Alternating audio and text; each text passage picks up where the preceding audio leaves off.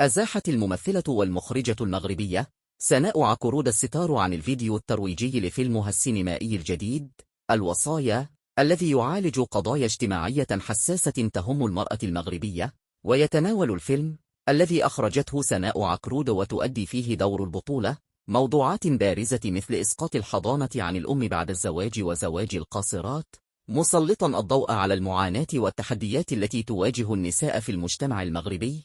ووفقا لما نشرته عكرود على حسابها الرسمي بمنصة إنستغرام، من المقرر أن يعرض الفيلم في القاعات السينمائية بالمغرب ابتداء من 5 فبراير المقبل، ما أثار حماس جمهورها ومتابعيها. جدير بالذكر أن فيلم وصايا يشارك فيه نخبة من الأسماء البارزة، من بينهم خديجة عدلي، دعاء بن خالد، صفاء ختامي، إيلف الخشين، ناصر أقباد، عبد الرحيم تميمي، يونس شكور، يوسف العربي، وغالي بن بريك.